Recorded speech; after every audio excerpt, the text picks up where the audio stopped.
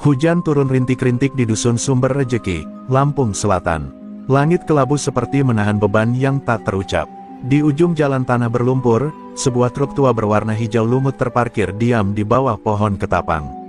Truk itu sudah berkarat di banyak sisi, tetapi mesinnya masih meraung gagah tiap kali dinyalakan. Di sampingnya, berdiri seorang pria bertubuh tegap dan berkulit legam, mengenakan jaket jeans tambal sulam dan peci hitam yang tampak sudah lusuh. Dialah Jolobos, sopir truk keliling yang lebih sering bicara dengan jalan daripada dengan manusia. Hari itu bukan hari biasa bagi Jolobos. Ia diminta langsung oleh Ustaz Mahbub, tokoh pesantren setempat, untuk mengantarkan 40 ekor kambing kurban ke Jakarta menjelang Idul Adha. Perjalanan bukanlah sekadar urusan upah atau jasa, melainkan amanah yang tak bisa ditawar. Kambing-kambing itu adalah hasil patungan warga dusun selama setahun penuh, tabungan ikhlas dari buruh tani, pedagang keliling, hingga janda tua yang hidup dari jualan pisang goreng. Maka bagi Jolobos, tanggung jawab ini adalah ibadah, bukan muatan biasa. Beberapa warga datang mengantar keberangkatan. Ada yang menepuk pundaknya, ada pula yang hanya diam memandang penuh doa. Seorang ibu tua, yang anaknya ikut menitipkan kurban, sempat berbisik lirih, "Kalau di jalan ada yang cegat, jangan ragu buka ajianmu, nak." Jolobos hanya tersenyum tipis, tidak menjawab. Tak banyak yang tahu bahwa pria ini bukan sopir biasa, dia adalah pewaris ilmu tua yang tak banyak dikenal lagi. Lembu sekilan, ajian warisan dari tanah Bengkulu yang konon membuat tangan bisa menghantam musuh dari jarak sekilan tanpa menyentuh tubuh. Kambing-kambing diangkut satu persatu, ditata rapi di dalam bak truk yang telah dipasangi jaring. Beberapa sempat mengembik keras, seperti tahu bahwa perjalanan kali ini bukan tanpa bahaya. Jolobos menyalakan mesin. Raungan truk tua itu seperti suara dari masa silam, nyaring, berdebu, dan membawa dendam waktu. Langkahnya perlahan menaiki kabin, lalu duduk sambil merogoh kantong dan mengeluarkan sebuah sabuk kulit keramat. Sabuk itu ia lilitkan ke pinggang sambil membaca doa dalam hati, menandai dimulainya perjalanan suci dan barangkali juga berdarah. Tak ada musik di dalam truk itu. Hanya bunyi mesin dan napas Jolobos yang tenang. Ia melintasi jalanan desa yang becek, menembus hutan kecil, dan menyusuri jalur lintas Sumatera. Di balik kaca spion, bayangan samar seekor lembu raksasa sesekali muncul, seperti siluet. Itu bukan khayalan, itu tanda bahwa roh lembu sekilan mulai mengikuti. Ajian itu tak pernah muncul tanpa sebab. Setiap kali bayangan itu hadir, pasti akan ada darah tumpah. Menjelang sore, Jolobos tiba di pelabuhan Bakauheni. Cuaca semakin buruk, angin laut mengguncang langit seperti hendak merobek awan. Para penumpang kapal melihat truk tua itu masuk antrian dengan aura yang berbeda, sunyi, dingin, dan membuat bulu kuduk berdiri. Seorang kernet dari truk lain bahkan sempat berbisik, "Itu truk si Jolobos ya." Katanya orangnya pernah ngebanting 3 rampok cuma pakai 1 tangan. Tapi Jolobos tidak peduli dengan omongan. Ia hanya tahu satu hal, kambing-kambing itu harus sampai ke tangan panitia masjid di Jakarta, tak kurang 1 ekor pun. Tak boleh ada yang hilang, apalagi dicuri. Karena di antara kambing-kambing itu, ada yang dititipkan oleh anak yatim piatu. Dan siapapun yang coba merampasnya, harus siap berhadapan bukan hanya dengan pukulan tangan, tapi dengan amarah seekor lembu dari dunia gaib. Di sudut gelap sebuah warung remang dekat pelabuhan Tanjung Priok, asap rokok menggantung seperti kabut neraka. 10 pria bertato duduk melingkar, membahas target mereka malam ini, truk tua dari Lampung yang kabarnya penuh muatan kambing kurban. Pemimpinnya, Bang Galak, adalah preman. Kawakan yang dulu pernah menusuk petugas pelabuhan hanya karena tidak diberi jalur cepat. Wajahnya bopeng, matanya tajam seperti mata elang yang lapar. Ia mendengar dari orang dalam bahwa truk itu akan menyeberang malam ini dan keluar lewat jalur kontainer, tempat yang sepi dan jauh dari pengawasan. "Gampang, sopir tua mana bisa lawan kita 10 orang?" kata Ucuk, tangan kanan Bang Galak sambil mengasah celurit bengkoknya. Tawa kasar menggema, seperti anjing-anjing buas yang mencium darah dari kejauhan. Mereka tak tahu, atau barangkali tak mau tahu, bahwa yang mereka incar bukan truk biasa. Bahkan orang dalam yang memberi informasi pun sempat berbisik, sopir itu katanya, bukan manusia biasa. Tapi di dunia para preman, rasa takut jarang dipelihara, yang ada hanya kerakusan dan harga jual kambing yang bisa ditebas cepat. Di sisi lain, malam itu kapal penyeberangan merapat perlahan ke pelabuhan Merak. Hujan masih mengguyur deras. Jolobos duduk diam di dalam kabin. Matanya tajam menembus deras air hujan yang membasahi kaca depan. Di kaca spion, bayangan lembu itu masih ada, lebih jelas kini. Seolah ikut naik ke daratan bersama truk. Jari Jolobos memegang rat kemudi, lalu tanpa suara ia berbisik, mereka sudah menunggu ya.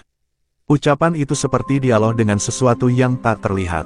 Sesuatu yang hidup dalam darahnya sejak ia menerima ajian lembu sekilan dari almarhum gurunya 10 tahun lalu. Truk mulai menembus jalan kontainer yang sepi dan berlumpur. Lampu jalan redup, beberapa mati total. Jolobos tahu, jalan ini bukan jalur resmi pengangkut hewan kurban, tapi pihak masjid di Jakarta memberinya petunjuk agar lewat sini untuk memotong waktu. Ia tidak curiga, namun ia tidak bodoh. Napasnya mulai berat, dan dari dashboard, sabuk kulit keramat tiba-tiba menghangat, seolah menyala oleh firasat yang tak bisa dijelaskan oleh logika manusia. Di persimpangan kontainer yang membentuk lorong-lorong gelap, sebuah mobil bak terbuka tiba-tiba melintang. Di baliknya, 10 preman bertopi kupluk keluar satu persatu seperti setan dari mimpi buruk.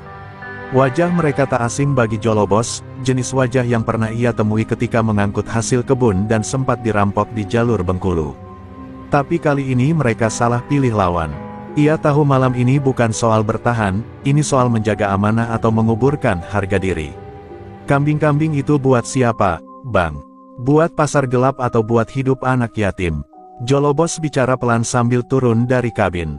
Celurit-celurit mulai terangkat. Salah satu dari mereka meludah ke tanah, "Kalau lu pengen hidup, tinggalin truk, minggat dari sini." Tapi Jolobos hanya mengangkat tangan kanannya ke langit, lalu menggenggamnya kuat-kuat. Di balik awan, kilat menyambar, dan dalam sekejap aura tubuhnya berubah.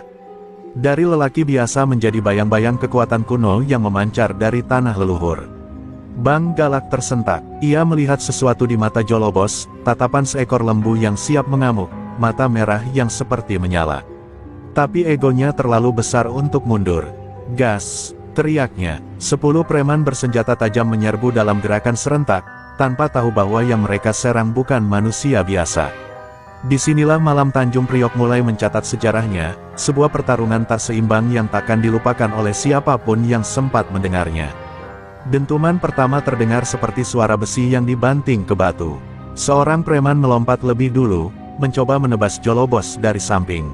Tapi sebelum celuritnya menyentuh kulit, tubuhnya terpental ke belakang seolah dihantam kekuatan tak kasat mata. Tubuhnya menghantam peti kontainer dan ambruk seketika. Yang lain terdiam sepersekian detik, cukup lama untuk menanamkan rasa takut di dada mereka. Jolobos berdiri tenang, tangannya masih mengepal, matanya membara.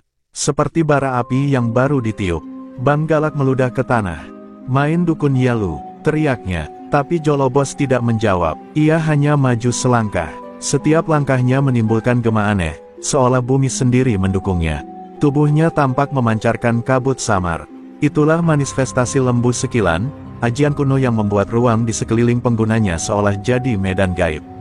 Tak perlu menyentuh, cukup gerakan dan niat, lawan akan terpental seperti dilempar petir. 3 preman kembali menyerang serentak dari kanan dan kiri. Tapi tangan Jolobos bergerak cepat, menghentak udara di depan dadanya. Seketika, 2 dari mereka terlempar dan jatuh terguling ke tanah seperti daun diterpa angin puyuh. Yang satu berhasil sampai dekat dan mencoba menusuk, tapi tubuh Jolobos seperti keras membatu. Pisau itu patah di ujungnya, dan si preman justru menjerit kesakitan karena tangannya seolah memukul tiang listrik. Jolobos memutar tubuhnya pelan dan menghantam udara. Kali ini preman itu terbang sejauh 5 meter dan membentur tong besi. Sementara itu, dari kejauhan, suara kambing-kambing yang ketakutan semakin keras. Mereka mengembik seolah ikut merasakan aura maut di udara. Truk berguncang pelan, seperti dihantam angin besar, padahal malam itu tak ada badai. Bahkan seekor kambing putih duduk di sudut bak truk, menatap Jolobos tanpa berkedip, seolah tahu bahwa lelaki itu bukan sekadar sopir, tapi penjaga takdir mereka malam ini. Ucup, tangan kanan Bang Galak, mulai ragu. "Bang, dia bukan manusia, Bang," bisiknya gemetar. Tapi Bang Galak sudah terlalu dalam. Harga dirinya sebagai preman besar Priok dipertaruhkan. Ia menghunus celurit panjangnya, lalu berteriak, "Bunuh dia!" Semua serbu bareng. Teriakan itu menggema di lorong-lorong peti kemas yang sepi. lalu disusul gerakan serempak 5 orang terakhir menyerang dalam formasi kepung. Tapi Jolobos sudah membuka gerakan puncak dari lembu sekilan, tampar bayangan lembu. Dengan 2 tangan mengayun di udara, seolah menebas angin, Jolobos menghantam ke segala arah. Tak satu pun tangannya menyentuh tubuh musuh, tapi kelima preman itu terpelanting ke berbagai arah, menabrak kontainer, tiang besi, dan satu bahkan masuk ke selokan. Jeritan dan desah kesakitan memenuhi udara. 5 detik yang menentukan segalanya. Bang Galak kini berdiri sendiri, tubuhnya mulai berkeringat dingin, tangannya gemetar memegang senjata. Jolobos perlahan mendekat, matanya tak berkedip, wajahnya seperti diukir dari batu petir. Kalian rampok kambing kurban, titipan orang miskin, anak yatim, janda tua, suaranya dalam dan menusuk. Ini bukan soal aku, ini soal karma. Kalian melukai niat suci, dan kalian kira takkan ada yang menagihnya. Bang Galak mundur selangkah, tapi kakinya goyah. Ia mencoba mengayunkan celuritnya, tapi tangannya tak mau bergerak. Seolah ditahan kekuatan tak kasat mata. Langit di atas Tanjung Priok menggertak dengan petir. Bayangan lembu raksasa tampak jelas di belakang Jolobos, mata merahnya menyala di langit gelap, tanduknya menjulang ke awan, dan napasnya seperti gemuruh badai. Bang Galak terpaku, lalu jatuh berlutut. Untuk pertama kalinya dalam hidupnya, preman itu menyebut nama Tuhan, bukan untuk menghina, tapi memohon ampun. Jolobos berhenti 3 langkah di depannya, lalu berkata lirih, belum saatnya kau mati. Tapi Tuhan tak akan lupa. Lalu ia berbalik, meninggalkan Galak yang menangis dalam kegelapan, di antara tubuh teman-temannya yang berserakan. Truk tua itu kembali melaju perlahan meninggalkan pelabuhan, menembus lorong kontainer yang kini sepi dan berbau darah. Jolobos memegang kemudi dengan tangan kanan, sementara tangan kirinya gemetar, bukan karena takut, tapi karena tubuhnya mulai membayar harga dari penggunaan lembu sekilan. Ilmu itu bukan sembarangan warisan. Setiap kali digunakan, sebagian dari tenaga batin dan jiwanya akan terbakar, sedikit demi sedikit, seperti lilin menyala di tengah badai. Dari kaca spion, kilatan bayangan lembu masih tampak mengikuti, meski tak sejelas tadi. Makhluk gaib itu tak pernah bicara, tapi kehadirannya seperti peringatan, belum selesai. Jolobos menarik napas panjang. Di dalam dadanya, ada perih yang tak bisa dijelaskan, campuran antara luka batin, kenangan lama, dan rasa bersalah yang tak pernah sembuh. Ini bukan kali pertama ia harus menurunkan tangan kepada manusia. Tapi tiap kali ia melakukannya, bagian dari dirinya seperti hilang. Di tengah jalan sepi menuju arah Cempaka Putih, Jolobos menghentikan truk di pinggir jalan untuk salat maghrib. Di tengah hujan gerimis, ia bentangkan sajadah kecil di bawah kolong jembatan layang. Wajahnya sujud lama, tubuhnya nyaris tak bergerak. Doanya pelan, lirih, dan patah-patah, seperti anak kecil yang mengadu pada ibunya. Ya Allah, jangan biarkan aku berubah menjadi pembunuh, jangan jadikan tanganku ini tangan zalim.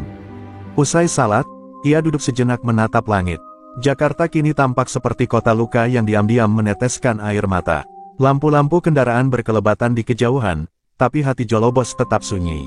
Ia tahu, kabar tentang perkelahian brutal di Tanjung Priok akan segera menyebar. Dunia preman punya cara sendiri dalam menyampaikan pesan, dan pesan itu malam ini akan terbaca jelas, jangan sentuh sopir dari Lampung. Atau hadapi lembu gaib yang tak kelihatan.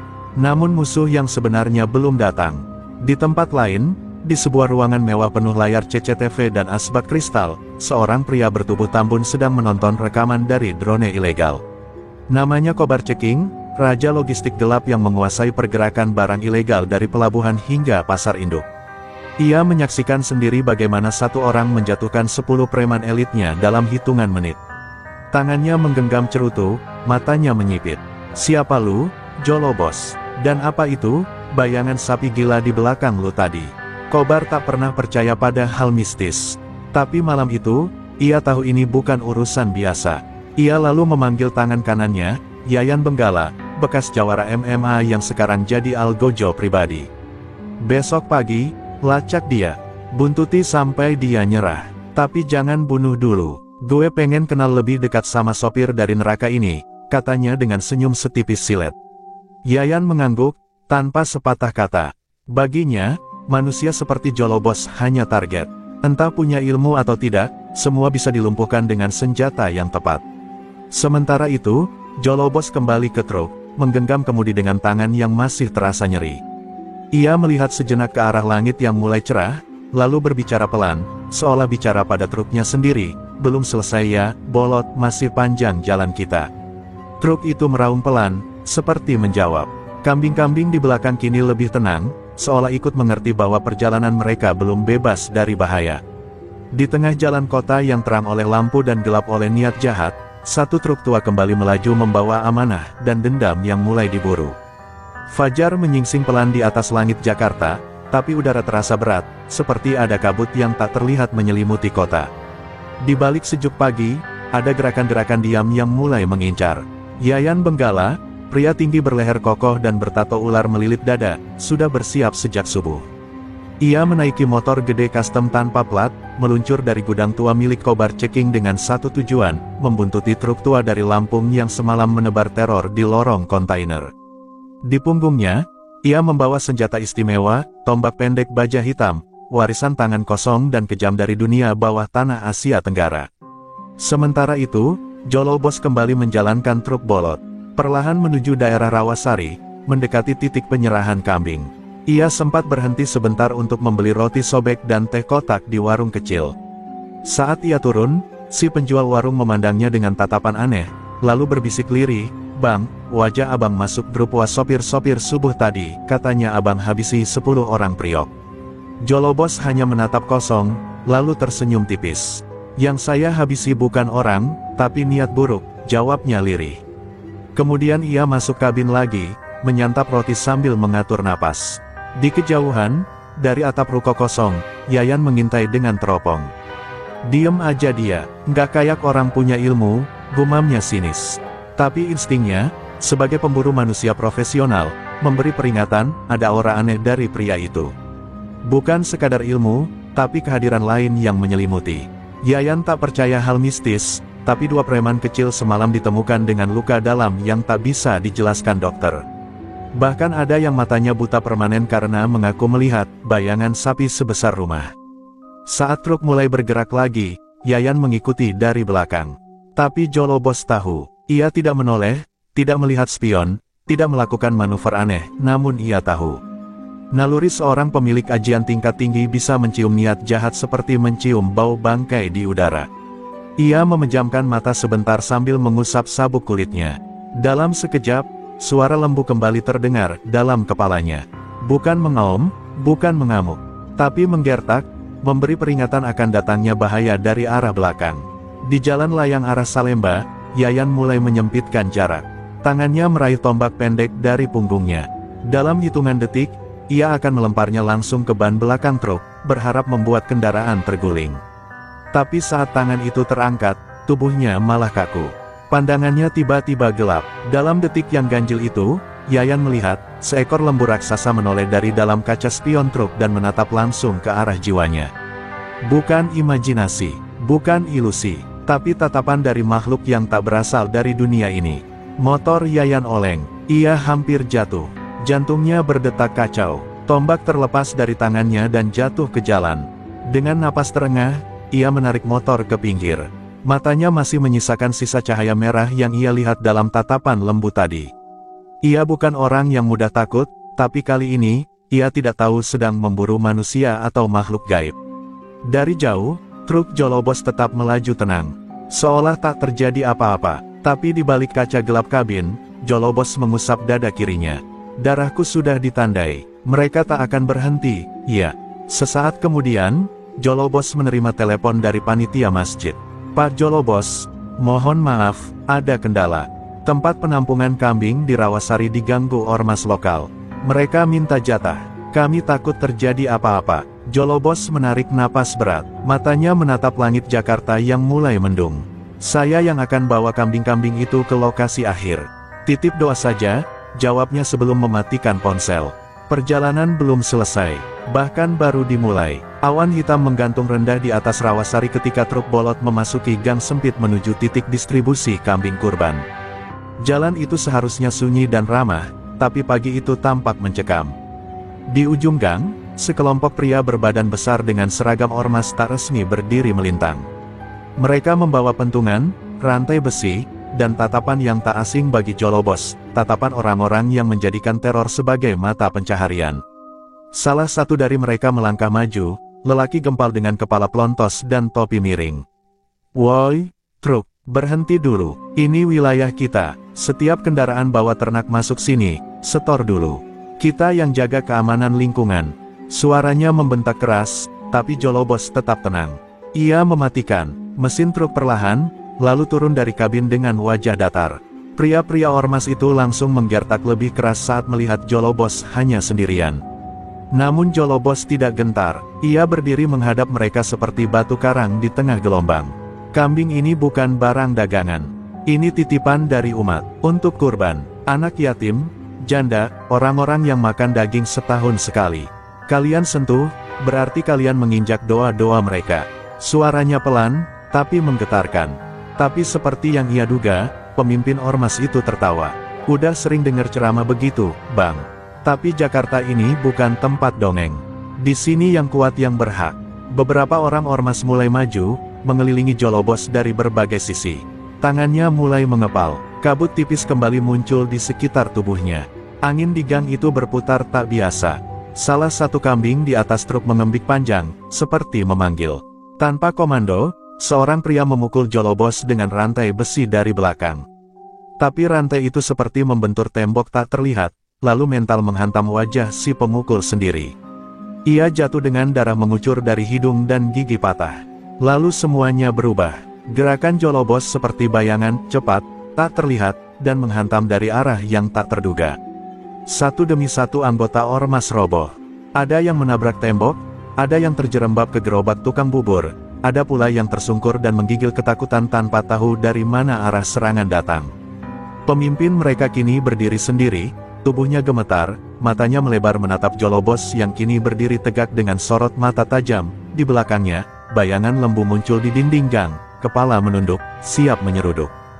"Gua cuma disuruh, gua cuma nurut bos," teriak si pemimpin ormas, mundur setengah langkah.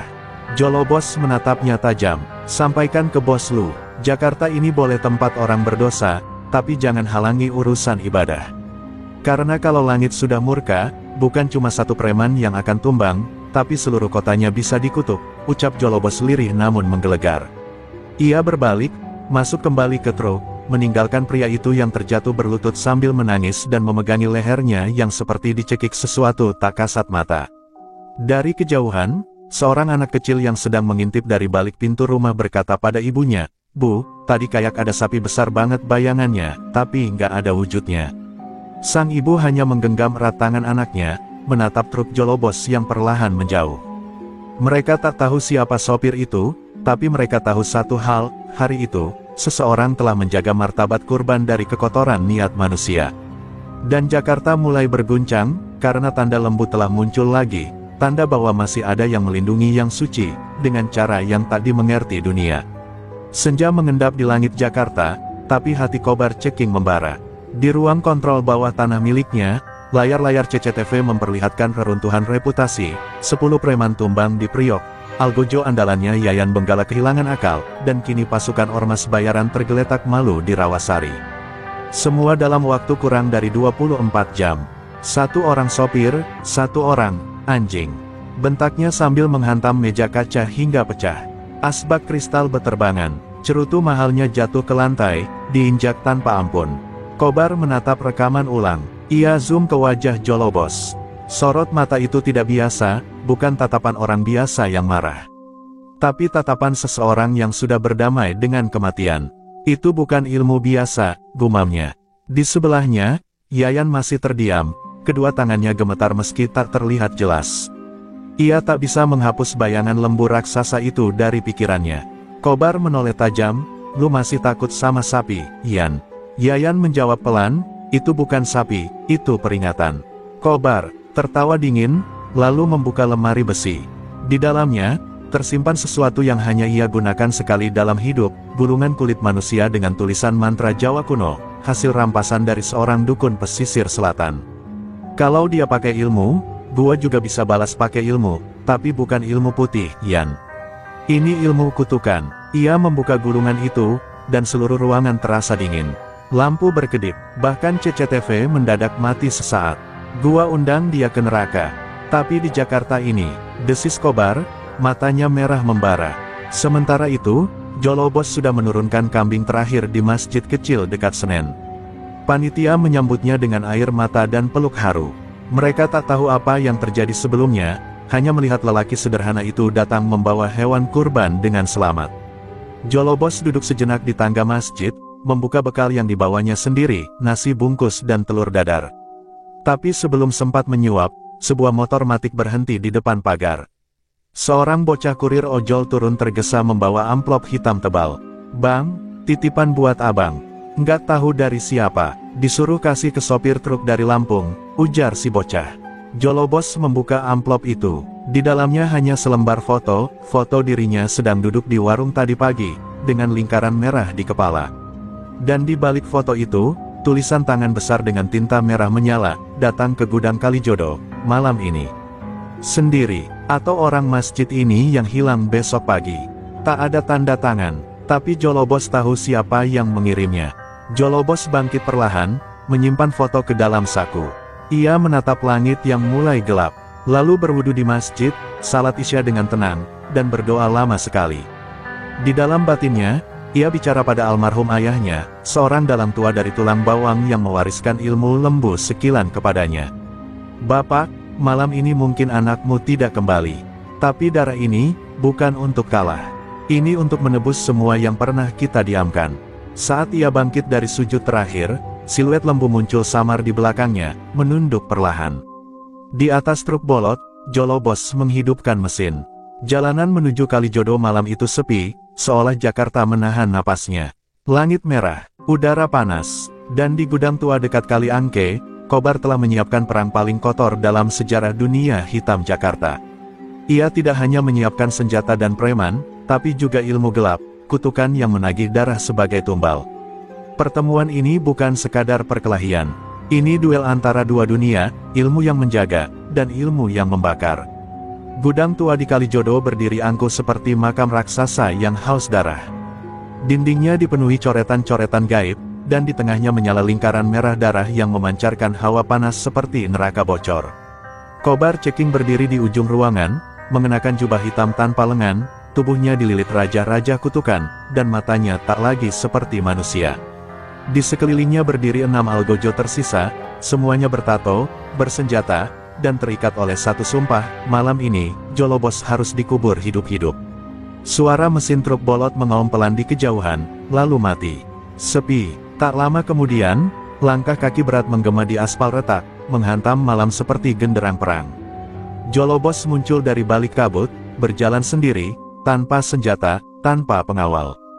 Hanya dirinya dan tubuh yang pernah dihajar hidup berkali-kali. "Gua datang," katanya tenang. "Jangan bawa orang lain ke dalam ini." Kobar tersenyum dingin, tangan kanannya mengangkat sebotol darah ayam hitam, lalu menumpahkannya ke dalam lingkaran gaib. Api biru menyala. "Lu pikir ini duel, sopir? Ini bukan laga 1 lawan 1.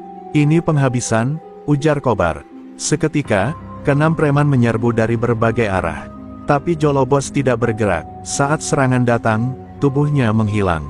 Sepersekian detik, lalu muncul kembali di belakang salah satu penyerang, siku menghantam pelipis, lutut menabrak rahang, dan suara tulang patah terdengar seperti petasan malam takbiran. Satu preman tumbang, lalu 2, lalu 3, tapi setiap satu roboh, api di lingkaran itu membesar, dan tubuh Kobar seperti menyerap kekuatan mereka. Kini hanya tersisa Kobar dan 2 anak buahnya. Tapi tubuh Kobar berubah, urat-uratnya membengkak, matanya merah darah, dan kuku-kukunya menjadi hitam seperti tanduk kambing. Ia melompat tanpa aba-aba, dan untuk pertama kalinya Jolobos tak sempat menghindar. Tubuhnya menghantam dinding, debu berhamburan, darah segar mengalir dari mulutnya. "Lu cuma sopir, gua Raja Neraka Tanjung Priok," teriak Kobar, menghantamkan kedua tangannya ke lantai, membuat lantai gudang bergetar. Tapi Jolobos bangkit, goyah tapi tegak. Di wajahnya tak ada rasa takut. Ia merentangkan tangan. "Lembu sekilan, turunlah," bisiknya.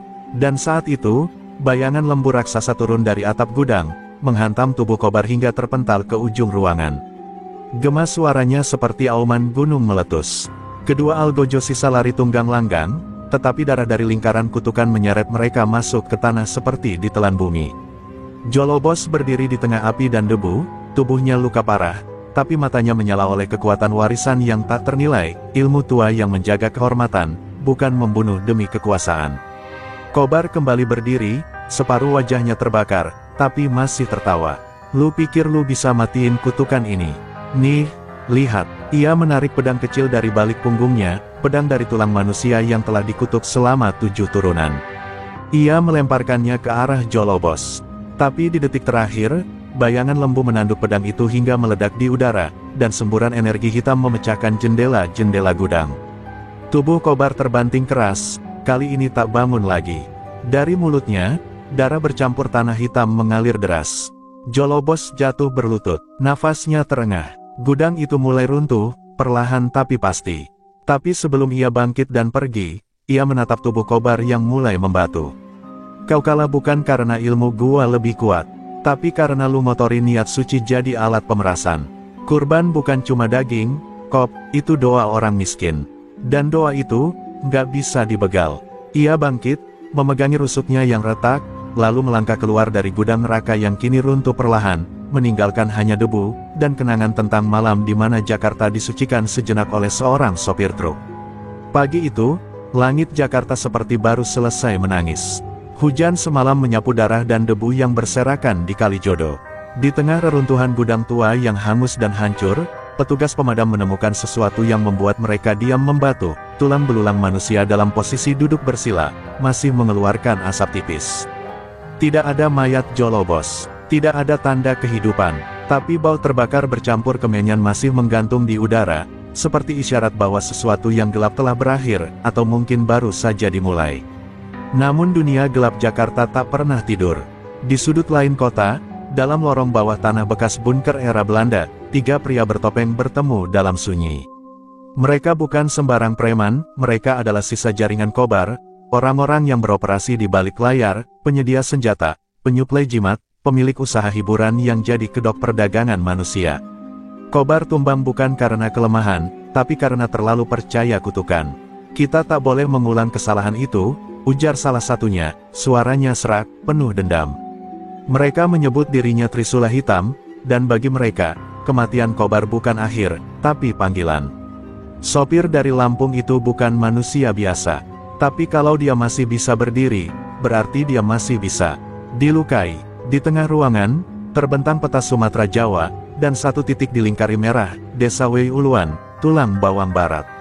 Kita cari akarnya, kita sikat masa lalunya, dan kita pastikan, dia merasakan apa yang Kobar rasakan sebelum membatu. Sementara itu, Jolobos duduk di dalam truk bolot yang diparkir di halaman pesantren kecil di Cirebon.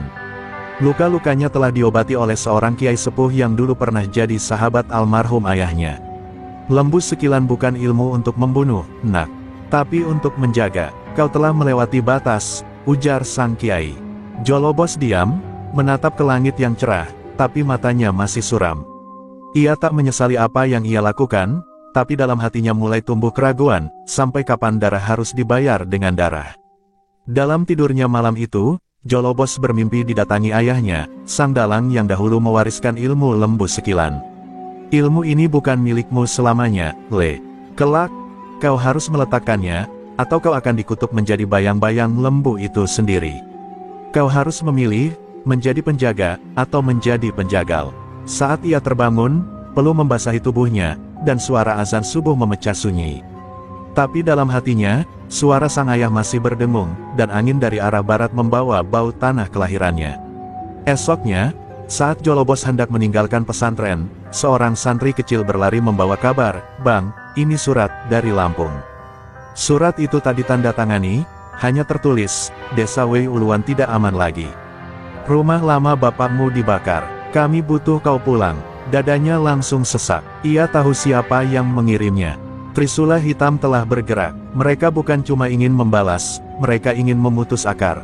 Dan akar itu adalah kampung halamannya sendiri, tempat jasad ibu dan adik-adiknya dimakamkan. Dengan tangan gemetar tapi mata membara, Jolobos menyalakan truk bolot. Jalanan panjang menuju Lampung terbentang seperti luka lama yang dibuka kembali. Tapi kali ini, bukan untuk mengantar kambing kurban. Kali ini, Jolobos pulang membawa amarah. Bukan demi balas dendam semata, tapi untuk menjaga tanah kelahiran dan mengakhiri lingkaran darah. Di spion truknya, Lembu Sekilan menampakkan diri sebentar, seperti mengangguk. Jalan panjang ke barat pun dimulai, dengan satu tekad, menyelesaikan apa yang belum tuntas. Langit Wei Uluan berwarna kelabu saat truk bolot memasuki jalan tanah berbatu menuju kampung halaman Jolobos. Asap tipis masih mengepul dari puing rumah tua yang dulu jadi tempat ayahnya merintis hidup. Warga desa berkumpul di kejauhan, takut, trauma, dan penuh tanya. Jolobos turun dari truk tanpa banyak kata. Sorot matanya cukup bicara, ia bukan lagi sekadar sopir pembawa kambing kurban, tapi benteng terakhir antara rakyat kecil dan kekuatan gelap yang kini hendak menghabisi akar kehidupannya. Trisula hitam telah datang 2 hari sebelumnya. Mereka membakar rumah-rumah, mengacak-acak masjid tua, bahkan menggantung seekor kambing kurban di tiang balai desa sebagai peringatan. Kambingmu gak nyampe Jakarta, Jolobos. Lu juga gak bakal nyampe akhirat. Teriak salah satu dari mereka sebelum meninggalkan desa dalam ketakutan massal. Tapi Jolobos tak datang untuk menakut-nakuti. Ia datang untuk menutup kisah, dengan darah, jika perlu, tapi dengan kehormatan sebagai harga mati. Malam itu, desa bersiap dalam sunyi.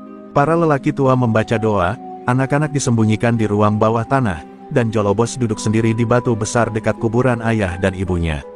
Ia meletakkan tangannya di tanah dan membisikkan sesuatu dalam bahasa tua, bahasa warisan yang hanya diajarkan lewat mimpi. Dari tanah, bayangan seekor lembu raksasa muncul perlahan, tapi kali ini tidak menunduk. Ia berdiri sejajar, seolah bertanya, "Kau yakin?" Jolobos menjawab dalam hati, "Sekali ini saja. Setelah ini, cukup." Trisula hitam datang menjelang fajar. 3 orang bertopeng, berpakaian serba hitam, membawa senjata besi dan jimat. Tapi mereka tidak sendiri. Mereka membawa 7 pembunuh bayaran yang disewa dari luar kota, mantan algojo, mantan pasukan bayaran, dan 1 perempuan berilmu hitam dari alas Purwo. "Jolobos, keluar, atau desa ini kami tanam dengan tulang-tulangmu." Suara mereka menggetarkan tanah. Tapi Jolobos tak langsung muncul. Ia biarkan mereka menebar ancaman, lalu, barulah ia melangkah keluar dari balik kabut, diiringi suara lembu yang menggelegar dari langit yang masih gelap. Pertempuran tak berlangsung dalam senyap. Itu adalah perang batin dan ragawi, antara 1 pria dan 10 iblis dunia yang menyamar jadi manusia. Setiap serangan Jolobos seperti sambaran halilintar, pukulan yang membawa sejarah, tendangan yang membawa restu para leluhur. Tapi musuh pun bukan main-main. Ia terhantam keras, berdarah, bahkan sempat terjatuh saat perempuan dari alas Purwo menusukkan paku gaib ke dadanya. Namun Lembu Sekilan turun dari langit dalam bentuk cahaya, menghantam tanah, dan menciptakan gelombang energi yang menumbangkan 4 lawan sekaligus. Satu demi satu mereka tumbang. Darah mengalir di sawah, tanah basah oleh keringat dan kutukan. Hingga akhirnya, hanya tersisa 1, pemimpin Trisula hitam, sosok bertopeng baja dengan tatapan dingin. "Lu pikir desa ini pantas diselamatkan? Semua ini hanya dunia busuk yang gak layak disucikan," katanya, lalu melompat dengan sebilah golok warisan dari masa PKI. Tapi sebelum sempat menyentuh tanah, Jolobos sudah berdiri di belakangnya. "Lu salah. Dunia busuk ini masih punya 1-2 orang yang gak bisa dibeli." Dan dengan satu hantaman telapak tangan bercahaya, tubuh musuh terakhir itu meledak menjadi debu dan kabut. Fajar pun menyingsing. Cahaya matahari pertama menyinari Wei Uluan, dan untuk pertama kalinya sejak lama, angin berhembus tanpa bau darah. Jolobos berdiri di tengah ladang, tubuhnya luka, tapi hatinya lapang. Ia telah menunaikan tugas terakhirnya. Tak ada lagi yang harus diselamatkan, atau dibalaskan. Ia mendongak ke langit, melihat Lembu Sekilan terakhir kali. Bayangan itu kini tersenyum, lalu perlahan menghilang, seolah berkata, "Tugasmu selesai, Le." Beberapa hari kemudian, warga melihat Jolobos meninggalkan desa tanpa suara, hanya meninggalkan secarik tulisan di dinding rumah tua yang roboh, "Ilmu tak diwariskan dengan darah." Tapi dengan hati yang tahu kapan harus berhenti. Truk bolot melaju perlahan ke arah barat, menuju Cakrawala, bukan untuk bertarung, tapi mungkin untuk hidup tenang. Tak ada lagi preman, tak ada lagi kutukan. Hanya jalan panjang, dan nama yang kini hidup dalam bisik orang-orang kecil, Jolobos, sang sopir kurban, penjaga terakhir di antara gelap dan terang.